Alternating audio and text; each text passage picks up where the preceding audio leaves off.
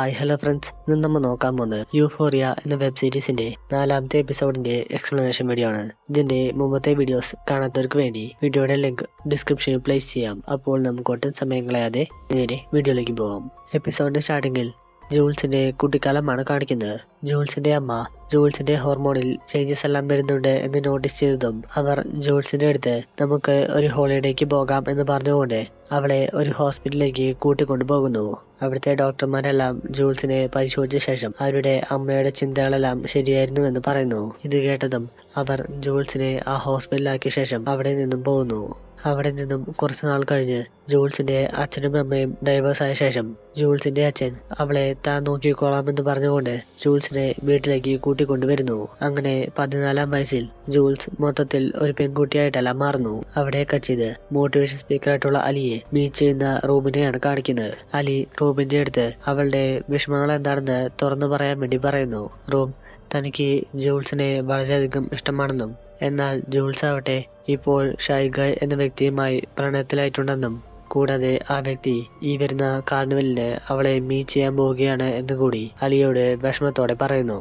ഇത് കേട്ടതും അലി ഈ ഒരു ചെറിയ കാര്യത്തിനാണോ നീ ഡ്രഗ്സ് എല്ലാം അടിക്കുന്നത് എന്ന് പറഞ്ഞുകൊണ്ട് റൂബിന്റെ അടുത്ത് ജൂൾസ് കാർണിവലിന് പോകുന്ന സമയം അവളുടെ കൂടെ കാർണിവൽ അറ്റൻഡ് ചെയ്യാൻ വേണ്ടി പോകാനും അങ്ങനെയാകുമ്പോൾ ജൂൾസ് എന്തായാലും നിന്റെ ഇഷ്ടമെല്ലാം തിരിച്ചറിയുമെന്ന് അവളെ മോട്ടിവേറ്റ് ചെയ്തുകൊണ്ട് പറയുന്നു. അവിടെ കച്ചിത് ആ പറഞ്ഞ കാർണിവൽ നൈറ്റാണ് കാണിക്കുന്നത്. അന്ന് രാത്രി ഈ സീരീസിലുള്ള നെയ്റ്റ്, മാഡി, കാസി എന്നിങ്ങനെ എല്ലാവരും ആ കാർണിവൽ അറ്റൻഡ് ചെയ്യാൻ വേണ്ടി അവിടേക്ക് വരുന്നു.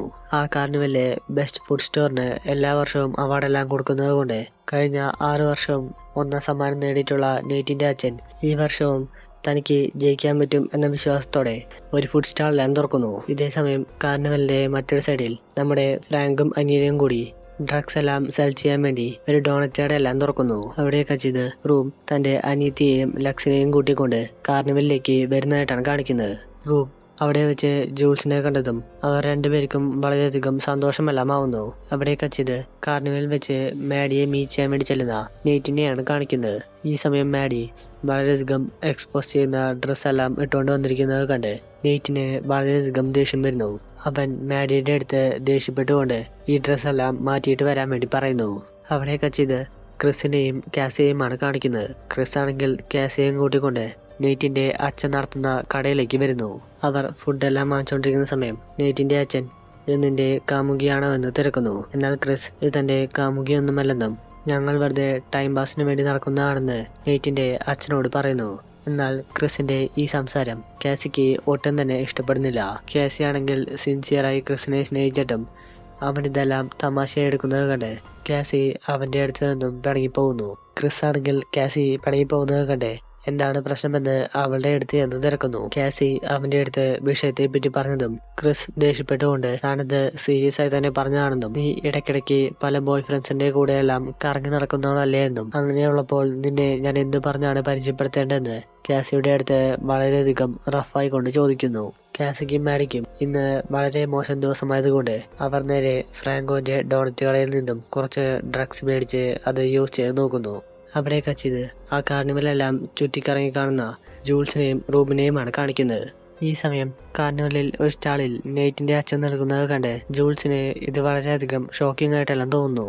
ജൂൾസ് അയാളെ തന്നെ നോക്കി നിൽക്കുന്നത് കണ്ട് റൂം ജൂൾസിന്റെ അടുത്ത് അത് നമ്മുടെ നെയ്റ്റിന്റെ അച്ഛനാണെന്ന് പറയുന്നു. ഇത് കേട്ടതും ജൂൾസ് താൻ ഇയാളുടെ കൂടെയാണ് ഹോട്ടലിൽ വെച്ച് ഇസ്കിലെല്ലാം പോയതെന്ന് റൂബിന്റെ അടുത്ത് തമാശ രൂപേണ പറയുന്നു. അവൾ റൂബിന്റെ അടുത്ത് അവിടെ നിൽക്കാൻ പറഞ്ഞുകൊണ്ട് നേരെ നെയ്റ്റിന്റെ അച്ഛൻ നടത്തുന്ന സ്റ്റോളിലേക്ക് ചെല്ലുന്നു. താൻ ഒട്ടും പ്രതീക്ഷിക്കാതെ ജൂൾസ് തന്റെ മുമ്പിൽ വന്ന് നിൽക്കുന്നത് കണ്ട് നെയ്റ്റിന്റെ അച്ഛന് അത് വളരെ ഡിസ്റ്റർബൻസ് ആയിട്ടെല്ലാം തോന്നുന്നു. അയാൾക്ക് ജൂൾസ് സത്യം വിളിച്ചു പറയുമോ എന്ന പേടിയുള്ളത് കൊണ്ട് ജൂൾസിന് ഫുഡ് എടുത്ത് കൊടുക്കുന്ന സമയം ഫുഡെല്ലാം താഴെ വീണ് പോകുന്നു. അവിടെ കച്ചിത് 2 പാക്കറ്റ് ജ്യൂസ് എല്ലാം മേടിച്ചുകൊണ്ട് ഈതന്റെ അടുത്തേക്ക് ചെല്ലുന്ന കേറ്റിനെയാണ് കാണിക്കുന്നത്. ഈ സമയം ഈതൻ മറ്റൊരു പെൺകുട്ടിയുടെ കൂടെ സംസാരിച്ച് നിൽക്കുന്നത് കണ്ട് കേറ്റിന് അതൊട്ടും തന്നെ ഇഷ്ടപ്പെടുന്നില്ല. അവൾ ജ്യൂസ് എല്ലാം വലിച്ചെറിഞ്ഞുകൊണ്ട് ആ ദേഷ്യത്തിൽ അവിടെ നിന്നും പോകുന്നു. സത്യത്തിൽ അത് എയ്തന്റെ സഹോദരിയുടെ ഫ്രണ്ട് ആയതുകൊണ്ടാണ് എയ്തൻ അവരുടെ അടുത്ത് സംസാരിച്ചു കൊണ്ട് നിന്നിരുന്നത്. ഇതൊന്നും മനസ്സിലാക്കാതെയാണ് കേറ്റ് അവൻ സംസാരിക്കുന്നത് കണ്ട് അവിടെ നിന്നും പോയത്.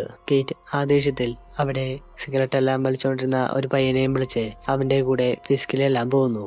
അവിടെ കച്ചിത് ഈ വർഷവും ഏറ്റവും മികച്ച ഫുഡിന് ഒന്നാം സമ്മാനം കിട്ടിയ നെയ്റ്റിന്റെ അച്ഛനെ എല്ലാവരും അഭിനന്ദിക്കുന്നതായിട്ടാണ് കാണിക്കുന്നത്. ഈ സമയം ഡ്രഗ്സ് എല്ലാം അടിച്ച് ബോധം നഷ്ടപ്പെട്ട മാഡി നേരെ അവരുടെ ഷോപ്പിലേക്ക് വന്നുകൊണ്ട് അത്രയും ആൾക്കാരുടെ മുമ്പിൽ വെച്ച് അവിടെ ഉണ്ടായിരുന്ന സാധനങ്ങളെല്ലാം വലിച്ച് താഴേക്കിടുന്നു.